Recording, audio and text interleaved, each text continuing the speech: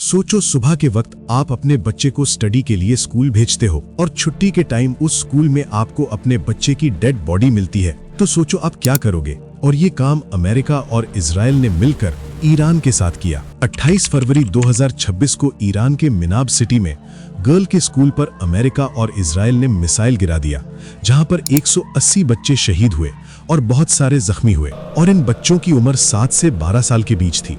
आज पूरा ईरान सोग मना रहा है। आज उन बच्चों को ईरान ने आंसुओं के साथ सुपुर्द खाक किया।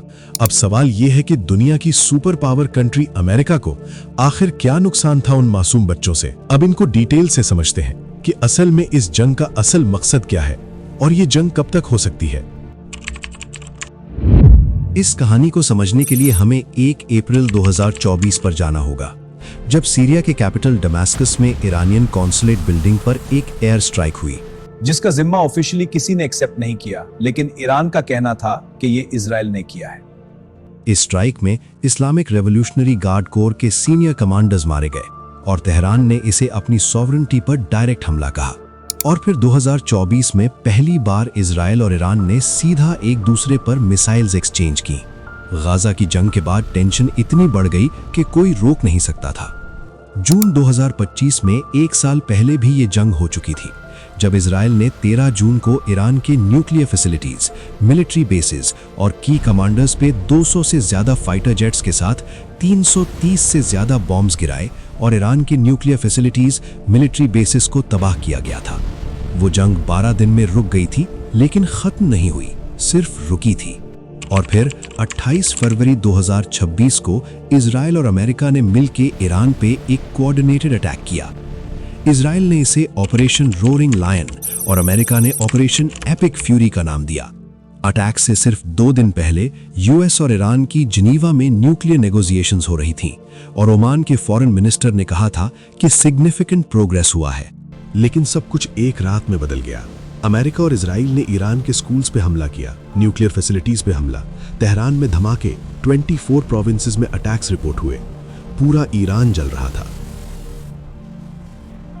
लेकिन इस अटैक में ईरान का सबसे बड़ा लॉस ये हुआ कि ईरान के सुप्रीम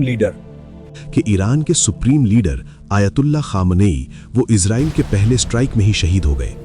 और उनके साथ आयतुल्ला खामनेई की बेटी, दामाद, पोता और बहू भी शहीद हुई। खामनेई की वाइफ इस स्ट्राइक में जख्मी थी, लेकिन बाद में वो भी शहीद हो गई। और जहां पर अटैक हुआ वहां पर खामनेई के साथ IRGC commander Mohammad Pakpour, defence minister Amir Nasirzadeh, armed forces chief Mohammad Bagheri, security council head general Abdul Rahim Mousavi और क्लोज एडवाइजर अली शमखानी को भी इस अटैक में टारगेट किया गया। ये सब शहीद हुए। लेकिन सबसे बड़ा सवाल कि आखिर इजराइल और अमेरिका को आयतुल्ला खामनेई और उनके साथ बाकी लोगों की एग्जैक्ट लोकेशन का कैसे पता चला? कैसे उन्हें पता चला कि इस जगह पर आयतुल्ला खामनेई की मीटिंग हो रही है? तो इन सबको आगे जानते हैं, लेकिन उससे पहले मैं आपको बता दूं कि अब तक ईरान ने क्या बदला लिया है अमेरिका और इजराइल से। इन अटैक्स के बाद ईरान चुप नहीं बैठा। IRGC ने 27 अमेरिकन मिलिट्री बेसिस पे अटैक्स किए। इनमें बहरीन यूएस नेवी का 5th fleet headquarters Juffair area directly hit किया गया और बहरीन का इंटरनेशनल एयरपोर्ट भी ड्रोन से टारगेट हुआ। Kuwait Ali Al Salem airbase पे बैलिस्टिक मिसाइल्स फायर की गई। ईरान ने मिसाइल्स और drones Bahrain, UAE, Kuwait, Qatar, Jordan और इराक में अमेरिकन बेसिस पे फायर किए। और ईरान ने 2 मार्च 2026 खामेनेई की शहादत के जवाब में ईरान ने अपनी 10th वेव ऑफ स्ट्राइक्स में नेतन्याहू के ऑफिस को टारगेट किया। लेकिन नेतन्याहू के ऑफिस ने तुरंत कहा ये फेक न्यूज है, ऑफिस बिल्कुल इंटैक्ट है, कोई डैमेज नहीं हुआ और नेतन्याहू भी जिंदा है। अब सबसे इंपॉर्टेंट सवाल कि इजराइल को कैसे पता चला कि खामेनेई की मीटिंग किस जगह पर है और उसी प्लेस पर अटैक कर ली। इसका पता चला मोसाद ग्राउंड ऑपरेशन से। इजराइल की मोसाद ये इजराइल की सीक्रेट इंटेलिजेंस एजेंसी है, बिल्कुल पाकिस्तान की ISI जैसी, लेकिन दुनिया की सबसे डेंजरस एजेंसी मानी जाती है। सालों पहले से मोसाद की सीक्रेट एजेंट्स ईरान के अंदर घुसे हुए थे। ईरानियन गवर्नमेंट के अंदर के लोगों को पैसा या प्रेशर देके अपना एजेंट बनाया। ईरान के एयर डिफेंस सिस्टम्स को अंदर से सैबोटाज किया, यानी जब इजराइल ने मिसाइल्स मारे ईरान डिफेंड ही नहीं कर सका। खामनेई की एग्जैक्ट लोकेशन की खबर भी अंदर के एजेंट नहीं दी।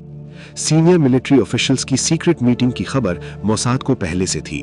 अब ये वीडियो के एंड है और जब भी न्यू अपडेट्स आएंगी मैं आप तक पहुंचाऊंगा। मिलते हैं नेक्स्ट वीडियो में।